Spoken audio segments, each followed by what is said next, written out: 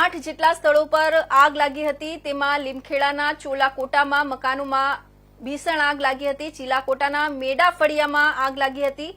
એક જ ફળિયાના 31 જેટલા મકાનોમાં આગ લાગી હતી। ભારે વરસાદ અને ભારે પવનને પગલે આકસ્મિક આગ લાગી હતી। તમામ ઘરો ઘરવખરી સાથે બળીને ખાખ થઈ ગયા હતા। કોઈ જાનહાનિના સમાચાર નથી। દાહોદ ફાયર વિભાગે આગ પર કાબુ મેળવવા પ્રયાસ કરતા સવારે 4 વાગ્યા સુધીમાં આગ પર કાબુ મેળવવામાં સફળતા મેળવી હતી। હાલ જેમના મકાનોમાં આગ લાગી હતી તે તમામ લોકોને પરિવાર સહિત પ્રાથમિક શાળામાં આશરો અપાયો છે।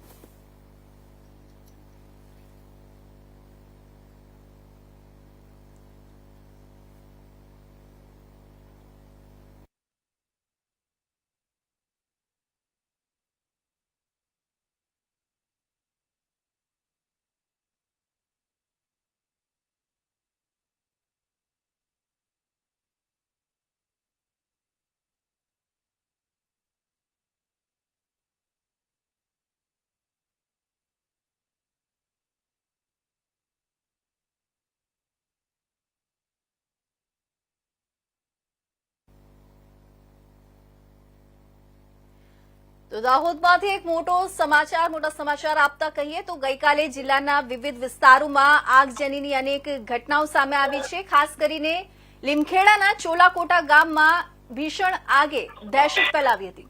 આ અંગે વધુ માહિતી માટે આપણી સાથે ઇન્ડિયા ન્યૂઝ ગુજરાતના સંવાદદાતા દાહોદથી નિહાલ શાહ જોડાયા છે। તેમની સાથે સીધા જોડાઈશું। જે નિહાલ, શું વિગતો મળી રહી છે ચોલાકોટામાં આગ લાગવાને લઈને અને કેટલા મકાન નુકસાનગ્રસ્ત થયા છે અને હાલની સ્થિતિ કેવી છે? જી હિના, હું આપને જણાવી દઉં કે ગઈકાલે મોડી રાત્રે વાવાઝોડા સાથે પવન ફૂંકાતા દાહોદ જિલ્લામાં કુલ 8 સ્થળોએ આગ લાગી હતી। જેમાં સૌથી ભીષણ આગ લાગી હતી લીમખેડા તાલુકાના ચીલાકોટા ગામે, જે મેડા ફળિયામાં આગ લાગી હતી। તેમાં બાજુમાં કાચા વાંસના અને ઘાસ પાથરેલા કાચા મકાનો હતા। એક જ ફળિયામાં સાથે જોડાયેલા મકાનો હતા, જેમાં ભીષણ આગ લાગતા પહેલા આગ 10 થી 12 જ મકાનોમાં લાગી હતી, પણ મોડી રાત સુધી પવન વધારે ફૂંકાવાના કારણે, વિન્ડ પ્રેશર વધવાના કારણે એ અગનજ્વાળાઓએ બાકીના 20 જેટલા બીજા મકાનો એટલે મળીને કુલ 31 જેટલા મકાનોમાં આગ લાગી હતી ને એ ઘરોની તમામ સામગ્રી બળીને ખાખ થઈ ગઈ છે। જો કે સારી વાત એ છે કે આ ઘટનામાં કોઈ જાનહાનિ નથી થઈ, પણ ઘર વકરી, સામાન, અનાજ, કરિયાણું બધું બળીને ખાખ થઈ ગયું છે। અને આશરે 300 લોકોને, આ જે 31 ઘરના 300 લોકો હતા એ 300 લોકોને પ્રાથમિક શાળામાં આશરો આપવામાં આવ્યો છે। જી હિના। જી નિહાલ, તો આગ લાગવાની ઘટના જે છે એના પાછળનું મુખ્ય કારણ શું છે? શું સામે આવી રહ્યું છે અને શું કોઈ વીજ શોર્ટ સર્કિટને કારણે કે કુદરતી કારણ જવાબદાર હોઈ શકે છે? જી, હાલ આગ લાગવાનું કોઈ ચોક્કસ કારણ બહાર આવ્યું નથી।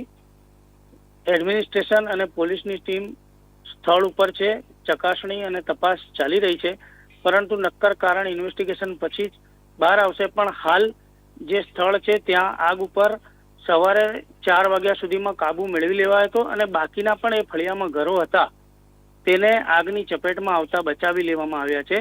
અને આસપાસના ગામના લોકો આ ગામની મદદે તેમજ વહીવટી તંત્ર આ ગામમાં પહોંચી ગયું છે મદદે।